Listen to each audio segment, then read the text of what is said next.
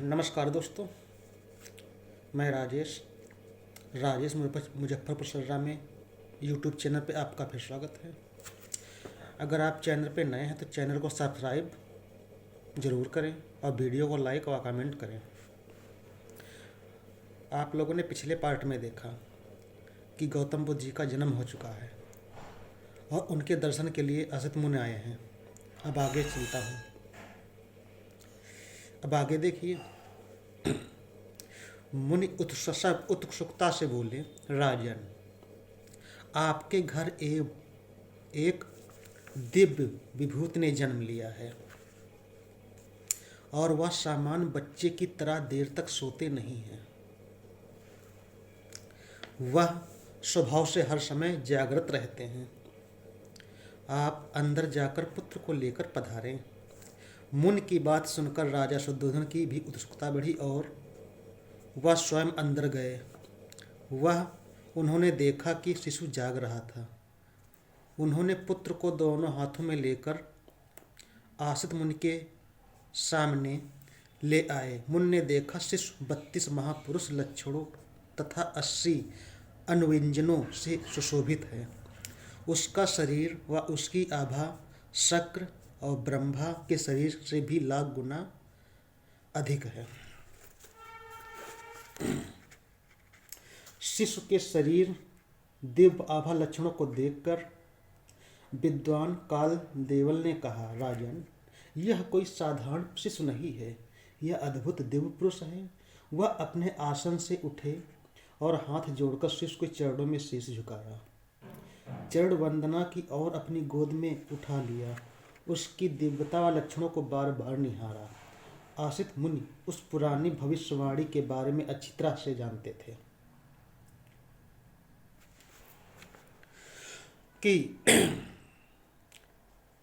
जिसके शरीर में गौतम की तरह 32 महापुरुष लक्षण होंगे, वह इन दो गतियों में से एक को जरूर प्राप्त होगा, तीसरी को नहीं। यदि वह ग्रस्त रहेगा तो चक्रवर्ती राजा होगा और यदि ग्रह त्याग कर प्रवर्जित होगा तो सम्यक संबुद्ध होगा। आसित मुनि को बुरी तरह से यह ज्ञान हो गया था कि यह बच्चा ग्रस्त नहीं रहेगा। बच्चे की दिव्यता की पहचान होने पर आसित मुनि रोने लगे। उन्होंने सिसकियां भर भर कर रोते हुए देखकर शुद्धोधन किसी अनहोनी की आशंका से काफी भयभीत हो गए। बेचैनी में उन्होंने मुनि के रोने का कारण पूछा। मुनिवर, क्या बच्चे के भविष्य में कोई विधन तो नहीं है? मैं समझता हूं उज्ज्वल है। असित मुनि ने शांत होकर बताया, राजन, मैं बच्चे के लिए नहीं रो रहा हूं, इसका तो भविष्य उज्ज्वल ही है। कोई विधन नहीं है, कोई बाधा नहीं है। मैं तो अपने लिए रो रहा हूं। मैं वृद्ध हूं, उम्र के आखिरी पड़ाव पर हूं।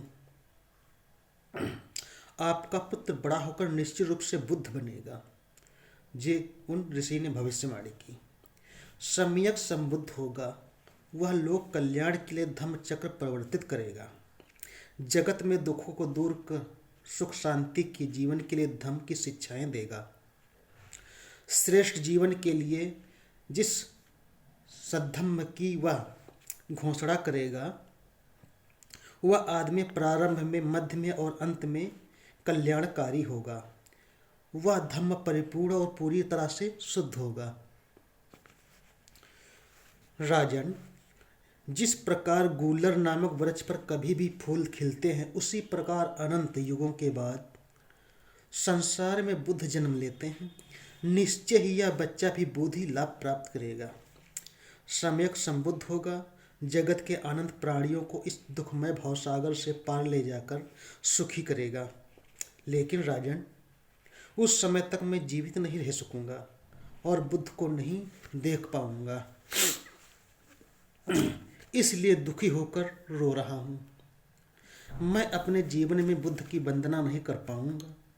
फिर आसित मुनि ने उनके भांजे नरदत्त को कहा, यह राजकुमार भविष्य में बुद्ध बन जाएगा, इसलिए जब तुम्हें यह पता चले कि यह बालक बुद्ध हो गया है तो जाकर शरण ग्रहण करना। यह तेरे सुख शांति और कल्याण के लिए होगा। राजा शुद्धोधन ने असित मुनि और नरदत्त को स्वादिष्ट भोजन कराया, वस्त्र दान दिए और उनकी वंदना कर विदा किया। इसके बाद आती है हेडिंग माता महामाया की मृत्यु।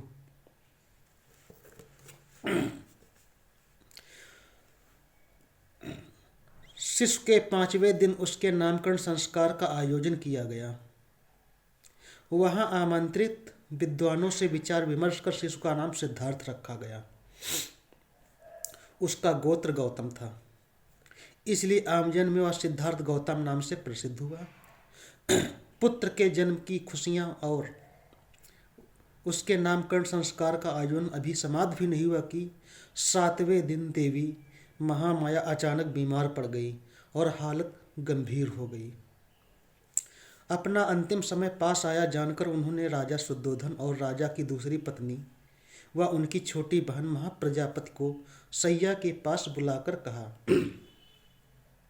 मुझे विश्वास है कि असित मुनि ने मेरे बच्चे के बारे में जो भविष्यवाणी की है वह सच्ची निकलेगी, लेकिन मुझे दुख है कि मैं इस वाणी को पूरा हुआ नहीं देख पाऊंगी।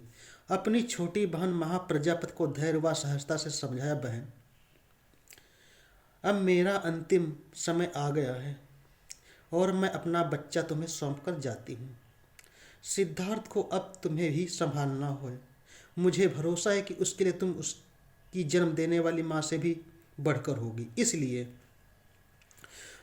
मेरे बाद इसके पालन पोषण की मुझे जरा भी चिंता नहीं।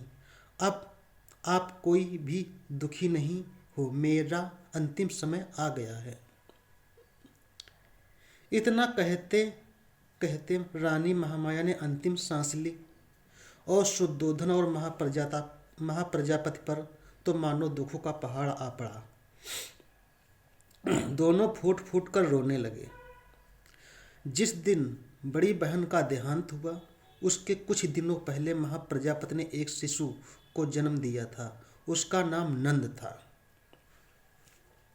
उस शिशु को उन्होंने धाय को सुपुर्द दिया और सिद्धार्थ का माँ की तरह पालन पोषण करने लगी।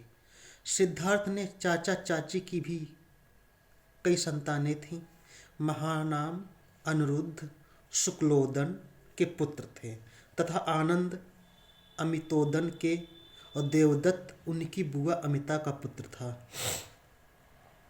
महानाम सिद्धार्थ से बड़ा और आनंद छोटा था। सिद्धार्थ इन सबके साथ खेलते खेलते बड़ा होने लगा।